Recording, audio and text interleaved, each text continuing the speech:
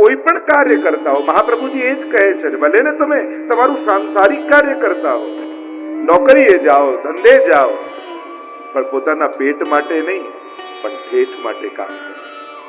મારા ઠાકોરજી માટે જાઉં છું, આ મારો પરિવાર મારા પ્રભુ માટે છે, મારું ઘર મારા પ્રભુ માટે છે. સર્વ સમર્પિતમ ભક્ત્યા કૃતાર્થોસી સુખી ભવ. સુખી થવાનો એક જ રસ્તો મહાપ્રભુજી આપ્યો, અને એ છે સર્વ સમર્પણ.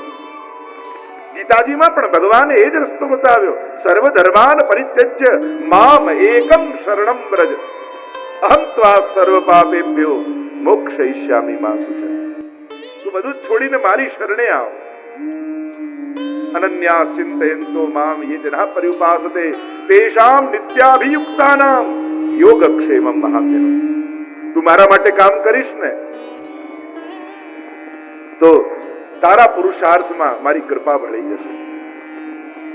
જો આપણા પુરુષાર્થ છે ને પતંગ જેવા છે. ગમે તેટલો સારો પતંગ હોય, ગમે તેટલી સારી દોરી હોય, ગમે તેટલું મોટી અગાસી હોય, પણ જો પવન ન હોય ને તો પતંગ ચડતો નથી. પુરુષાર્થ પતંગ જેવા છે, પણ પ્રભુની કૃપા એ પવન જેવી છે. અને પવન જો સારો હોય ને તો આપણા જેવા ફાટેલા પતંગો આકાશમાં ચડી જાય. મહાપ્રભુજી આ ગીતાજીના સાર રૂપે, ભાગવતજીના સાર રૂપે ભાગવત સુધારસ મત કે અપનો પંથ જતાયો, તુમ શરણાગત આયો શ્રી વલ્લભ, તુમ શરણાગત આયો. એનું દોહન કરીને જે સાર મળ્યો એ પુષ્ટિ માર્ગ રૂપે મહાપ્રભુજી આપણને આપ્યો. ગીતાજી અને ભાગવતજીનું દોહન કરી જે નવનીત નીકળ્યું એ જ આપણે પુષ્ટિ માર્ગના નામથી ઓળખીએ છીએ, જે કૃપા માર્ગ આપણે કહીએ છીએ. અહીંયા પ્રભુ સમજાવે છે અનેક પ્રકારથી, હું જીતીશ, હું હારીશે છોડ. તું ધર્મને જીતાડવા અહીંયા ઉભો છે. અને જીતવા માટે, યુદ્ધ જીતવા માટે વિચારકો ને આચાર્યો એમ કહે કે 5 બળ જોઈએ માણસ પાસે, ત્યારે જીતી શકાય. પહેલું પિંડ બળ જોઈએ. જો શરીરનું બળ ન હોય તો કોઈ યુદ્ધ જીતાતું નથી. શરીરને પણ નાશવંત શાસ્ત્રોએ ભલે કહ્યું, પણ ખરું ધર્મ સાધનમ, આ ધર્મનું સાધન છે એમ પણ કહ્યું છે. અને એટલા માટે શરીરની નાશવંતાનો વિચાર તો કરવો, પણ નાશવંતાનો વિચાર કરી એના પ્રત્યે ઉદાસીન નહીં થઈ જવું. ઉલટાની બગડેલી વસ્તુ હોય ને એનો જલ્દી ઉપયોગ કરી રહી. આપણને એમ થાય કે બગડેલી વસ્તુ જાણે જલ્દી વાપરી. આ શરીર પણ એવું છે, બગડેલી વસ્તુ છે, બને એટલો જલ્દી આનો સેવામાં ઉપયોગ કરી. જો ન કર્યો તો આ શરીર એમને નાશ પામી જશે. સમય ગયે પછતઈએ, યહ જોબન અંજલિ કો પાની, સમય ગયે પછતઈએ. ભક્તો તો કહે છે કે આ શરીર કેવું છે, હાથમાં રહેલા જળ જેવું. આપણને લાગે જળ હાથમાં છે, જળ હાથમાં છે, અને ક્યાં ધીમે ધીમે સરકતું જાય ને હથેલી ખાલી થઈ જાય, ખબર ન પડે. આ શરીર પણ એવું છે. પણ શાસ્ત્ર કહે છે ખરું ધર્મ સાધનમ, ધર્મનું આ સાધન છે. અને એટલા માટે સેવા કરનારે સ્વાસ્થ્યનું પણ ધ્યાન રાખવું. અને શરીર ચાલતું હશે તો સેવા કરી શકશે. પિંડ બળ જોઈએ. બીજું કહ્યું પુણ્ય બળ જોઈએ. એક વસ્તુ યાદ રાખો, જીવનમાં સુખ ન મહેનતથી આવે છે, ન ભાગ્યથી આવે છે, ન બુદ્ધિથી આવે છે. સુખ આવે છે પુણ્યથી. જો મહેનતથી જ સુખ આવતું હોત તો માલિક કરતા રોડ પર કામ કરનારો મજૂર વધારે મહેનત કરે છે, તો વધારે સુખી એ હોવો જોઈએ. જો બુદ્ધિથી જ સુખ આવતું હોત તો મોટા મોટા બિઝનેસમેન સીએ ની સલાહ લે છે, તો સીએ વધારે સુખી હોવો જોઈએ, એની બુદ્ધિનો ઉપયોગ કરે છે. પણ એક વસ્તુ યાદ રાખજો, સુખ ન પુરુષાર્થ ન મહેનતથી આવે છે, ન ભાગ્યથી આવે છે, સુખ પુણ્યથી આવે છે. અને એટલા માટે સારો દિવસ આવ્યો ને તમે પાર્ટી કરીને કેટલા રૂપિયા ખર્ચ્યા એનો હિસાબ તો રાખો છો, પણ સુખ ભોગવવામાં કેટલા પુણ્યો ખર્ચી નાખ્યા એ તો આપણે ગણતા નથી. અને એટલા માટે પૈસાના હિસાબની સાથે ભક્તે તો પુણ્યોનો હિસાબ પણ રાખવો, કે આટલું સુખ ભોગ્યું ને આટલા પુણ્ય ખર્ચાયા, લાવો નવા પુણ્યો વાંધી. બીજું બળ પુણ્ય બળ છે. ત્રીજું બળ પ્રજ્ઞા બળ છે, બુદ્ધિનું બળ છે. ભગવાન સાધનો આપી દે, પણ એ સાધનોનો ઉપયોગ ક્યાં કરવો એ સમજ માણસની હોવી જોઈએ. કારણ કે વસ્તુઓનો દોષ નથી હોતો. કોઈ વસ્તુ લૌકિક અલૌકિક વસ્તુમાં મોહર મારેલી નથી હોતી. એ વસ્તુને જોવાની તમારી દ્રષ્ટિ એ વસ્તુને લૌકિક કે અલૌકિક બનાવે. એ જ ધન આપણને લૌકિક દેખાય, પણ જો અલૌકિક બુદ્ધિ વાળો વ્યક્તિ હોય, ધન જોઈને એને વિચાર આવે, લાવ ઠાકોરજીનો મનોરથ કરું તો, એ ધન અલૌકિક છે. એ જ ઘર લૌકિક રૂપે દેખાય, પણ ભક્તને એવો વિચાર આવે, આ ઘરમાં ઠાકોરજી પધરાવું તો, એ જ ઘર અલૌકિક છે.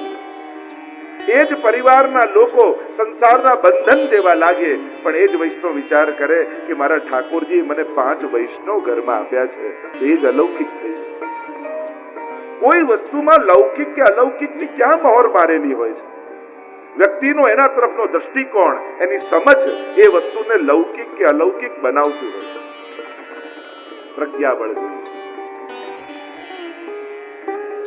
કહ્યું, છેલ્લું બળ એ કૃપાબળ.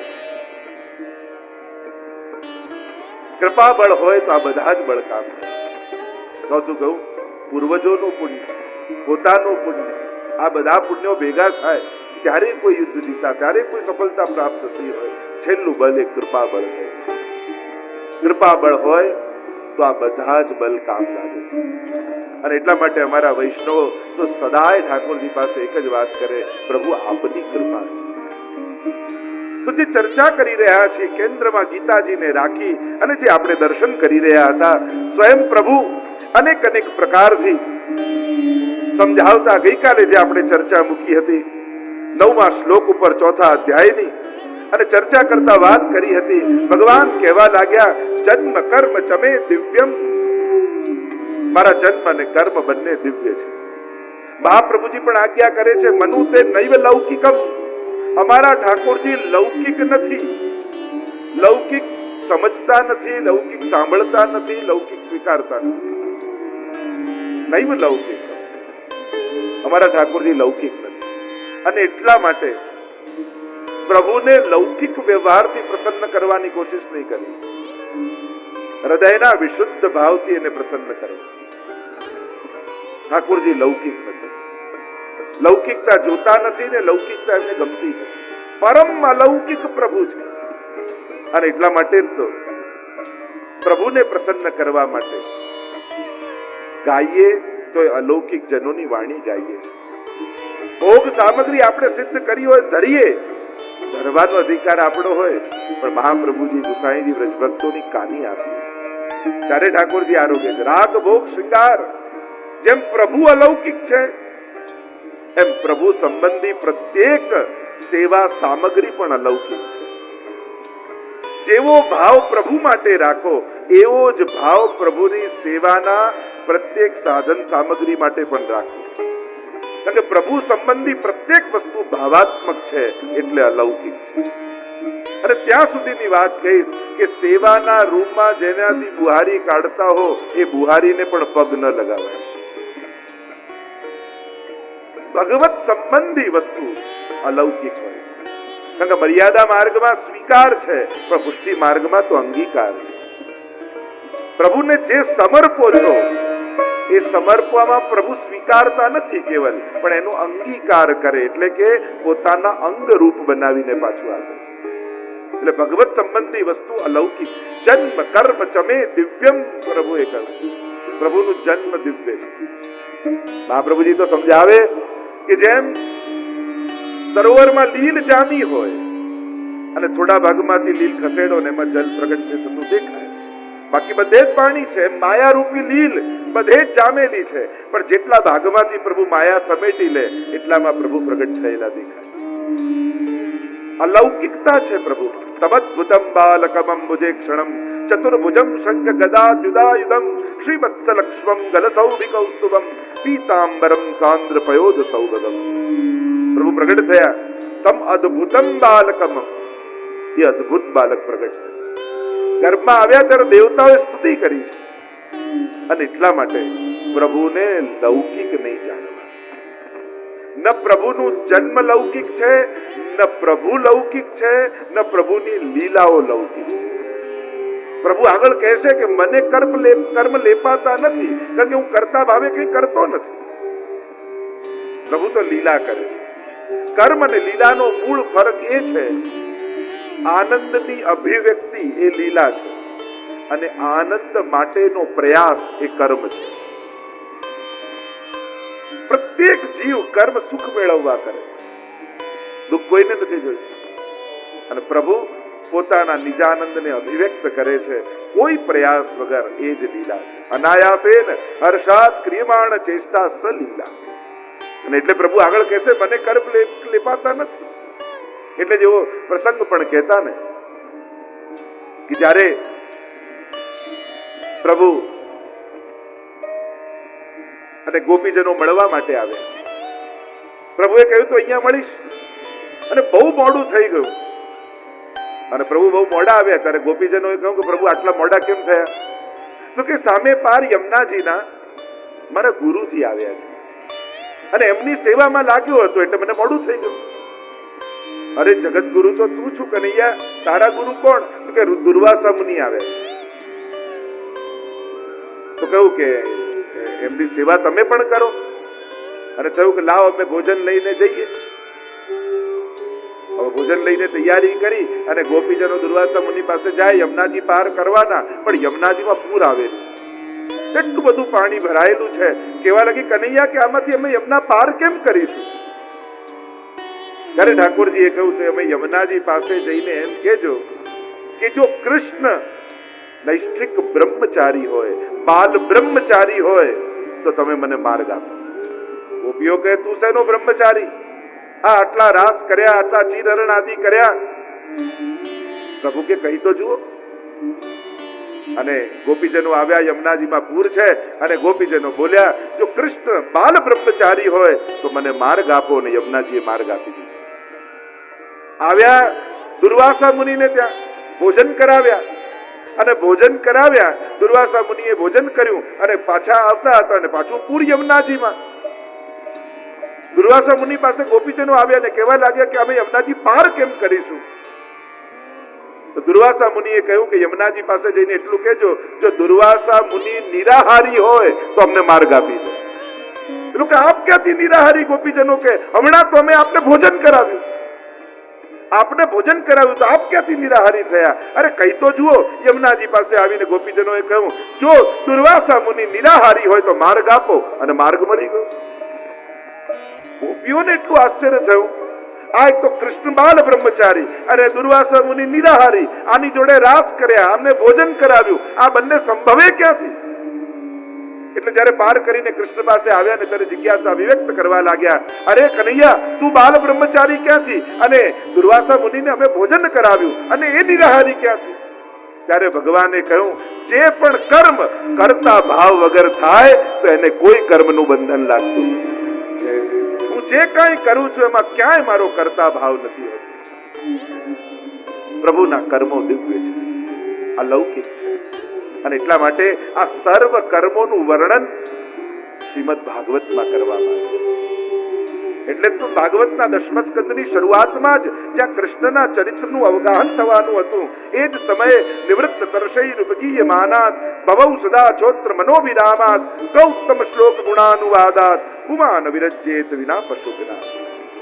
નિવૃત્ત તર્ષૈરુપગીયમ, જેની તૃષ્ણાઓ સમાપ્ત થઈ ચૂકી છે એના માટેની આ કથા.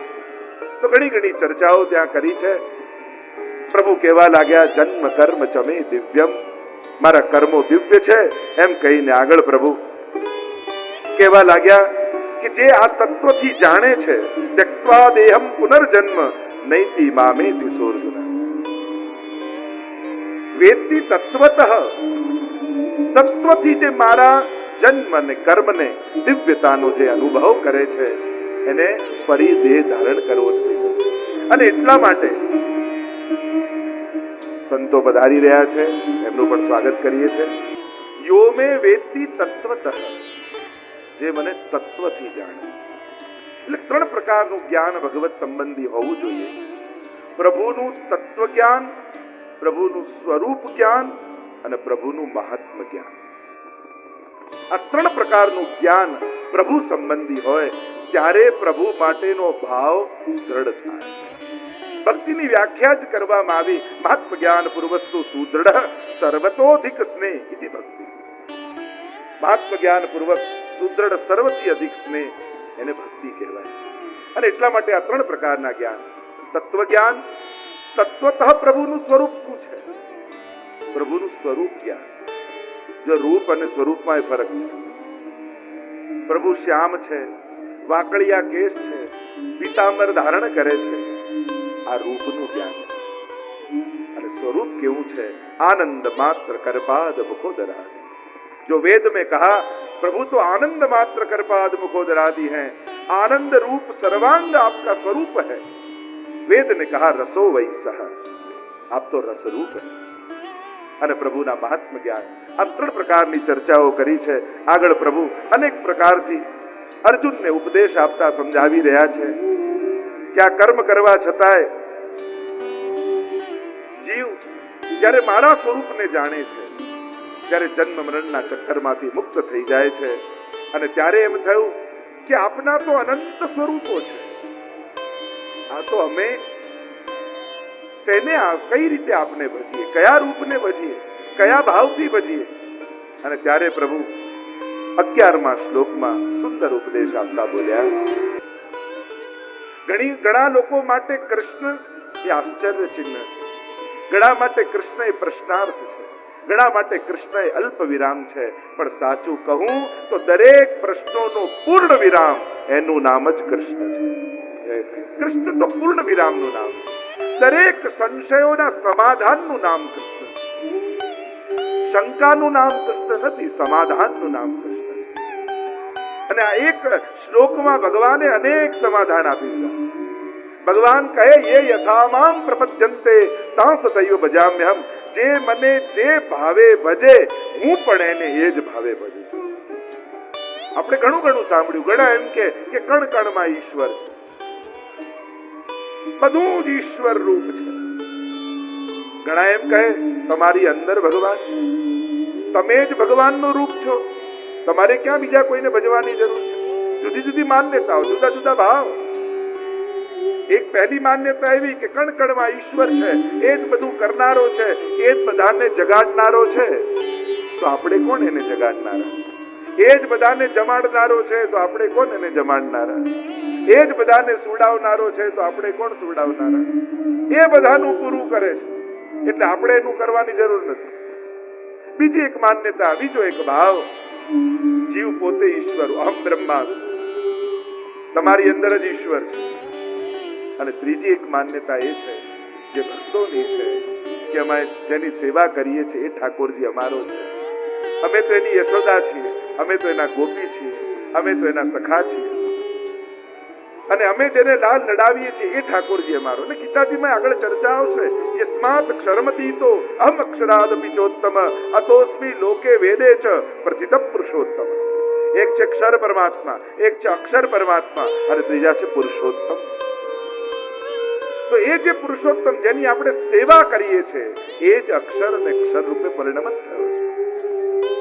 તો પ્રશ્ન થાય કે આમાં સાચું શું? કણ કણમાં ઈશ્વર છે એ સાચું છે? જીવ પોતે ઈશ્વર રૂપ છે એ સાચું છે? કે અમે જેની સેવા કરીએ એ ઈશ્વર ઠાકોરજી અને અમે એના દાસ એ સાચું છે? તો કે ત્રણેય સાચું છે.